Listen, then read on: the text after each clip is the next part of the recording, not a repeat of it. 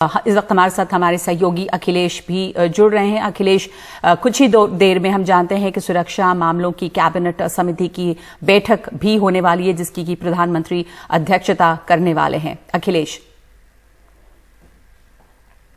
जी हाँ, आपसे कुछ देर बाद यानी 6:30 बजे 7 लोक कल्याण मार्ग, जो कि प्रधानमंत्री नरेंद्र मोदी का आधिकारिक निवास है, वहां पर सुरक्षा मामलों की कैबिनेट समिति की बैठक पीएम मोदी की अध्यक्षता में होगी।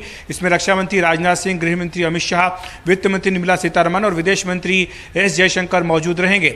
हालांकि सरकारी सूत्रों की ओर से हमें ये बता दिया गया था थोड़ी देर पहले कि आधिकारिक जो घोषणा है वो भारतीय वायुसेना के आधिकारिक ट्विटर हैंडल से होगी।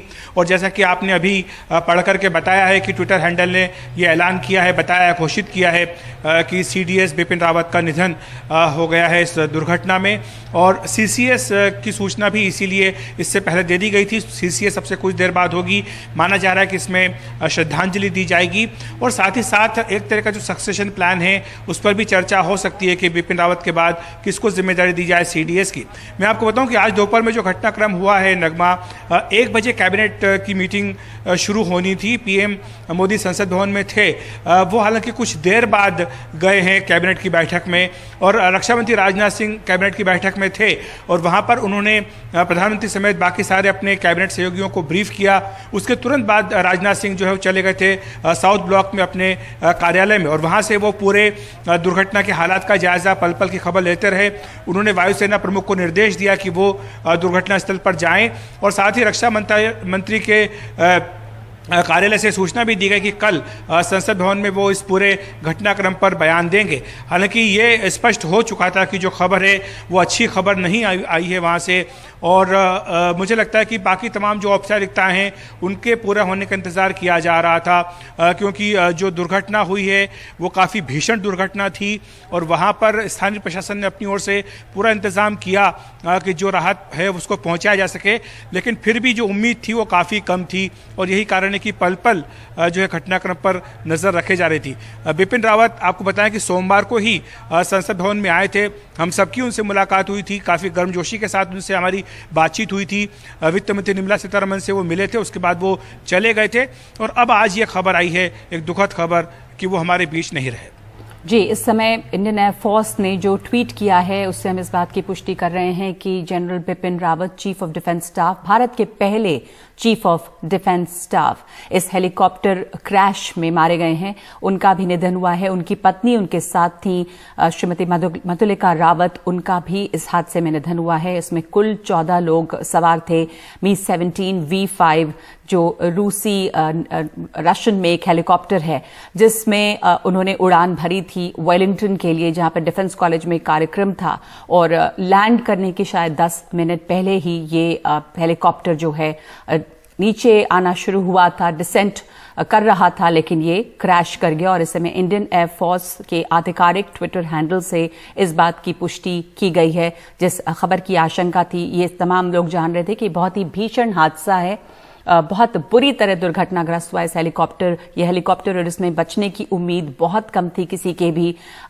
और वहां का स्थानीय प्रशासन जो है उसने पहले ये जानकारी दी थी कि कुल 14 लोगों में से 13 लोगों के मारे जाने की पुष्टि है। एक व्यक्ति की अस्पताल में को भर्ती कराया गया था, इनकी हालत गंभीर बनी हुई है।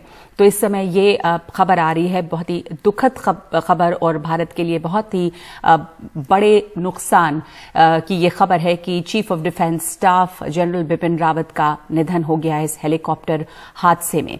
मेरे साथ मेरी सहयोगी नीता शर्मा भी जुड़ी हुई हैं। नीता, हमारे साथ वहां पे स्थानीय प्रशासन से जो जानकारियां मिल रही थी इस हादसे के बारे में, और इस एयर चॉपर के बारे में भी कि मी-17 V5 जो है वो बहुत ही उसको आधुनिक और बहुत ही सेफ हेलीकॉप्टर माना जाता है। रशियन मेक का ये हेलीकॉप्टर है, किसी भी तरह के ये वेदर कंडीशन में फ्लाई कर सकता है, रात और दिन में नाइट विजन से भी ये इक्विप्ड है। लेकिन क्या खबरें, क्या और जानकारी आपके पास हैं इस समय कि ये जो क्रैश है इसमें ह्यूमन एरर की पॉसिबिलिटी है, या इस समय क्या और जानकारी दे सकती हैं आप हमें? नगमा, जो लोकल अथॉरिटीज़ हैं उनसे ये पता चल रहा है कि जब वेलिंगटन की ओर ये चॉपर जा रहा था, 10 मिनट पहले जब ये लैंड करना था, तब ये थोड़ा लो फ्लाई कर रहा था। लैंडिंग के लिए वो मे बी प्रिपेयर कर रहा था, तो वो लो फ्लाई कर रहा था, तो ज़ोर से धमाका हुआ, ऐसा वहाँ पे जो विटनेसेस हैं उनका कहना है। उन्होंने लोकल प्रशासन को कहा है, जिसके चलते क्रैश हुआ, और क्रैश ऐसी टेरेन में हुआ जिसके कारण थोड़ा रेस्क्यू ऑपरेशन जो है वो डिफ़िकल्ट हो गया। यही वजह है कि शाम तक रेस्क्यू ऑपरेशन चलता रहा। जितने भी लोग थे उनमें से सिर्फ एक के अलावा सभी लोगों की जो है उन्होंने अपनी जान से हाथ धो दिए हैं, जिनमें कर्नल जो CDS रावत हैं वो भी शामिल हैं और उनकी वाइफ भी शामिल हैं। तो जो सीक्वेंस ऑफ इवेंट्स हैं वो कलेक्ट की जा चुकी हैं कि किस तरह से 9 बजे यहाँ से CDS साहब और उनके साथ जो उनके जितने भी तमाम अफसर थे वो यहाँ से निकले थे, और जब वो वहाँ पर पहुँचे थे सलूर से, जब चॉपर पे निकले तो 10 मिनट पहले ये चॉपर जो है वो क्रैश हो गया, ऐसा लोकल अथॉरिटीज़ का कहना है। सीक्वेंस ऑफ इवेंट्स जो है वो अब बिल्ड की जा रही है। रक्षा मंत्री जो हैं वो कल बयान देंगे, ऐसा बताया जा रहा है कि पार्लियामेंट में कल बयान देंगे। लेकिन एक दुखद हादसा है, जहाँ तक ये चॉपर का सवाल है, जैसे कि आप बता रही थी, बहुत स्टेबल हेलीकॉप्टर बताया जाता है, ऑल वेदर कंडीशंस में फ्लाई कर सकता है। लगभग 20 लोग जो हैं इसमें एट अ टाइम जो है वो फ्लाई कर सकते हैं with an average weight of 100 kilos, यानी 20 लोग जो हैं वो ट्रैवल कर सकते हैं। लेकिन इसमें सिर्फ 14 लोग ट्रैवल कर रहे थे। माना जा रहा है कि कुछ टेक्निकल स्नैग रहा है जिसके कारण ये हादसा हुआ है। हालांकि ये प्रिलिमिनरी इन्वेस्टिगेशंस हैं जिनकी रिपोर्ट्स जो हैं वो डिफेंस मिनिस्ट्री तक पहुंच रही हैं। कल रक्षा मंत्री जब अपना बयान पार्लियामेंट में देंगे तब जाके साफ होगा।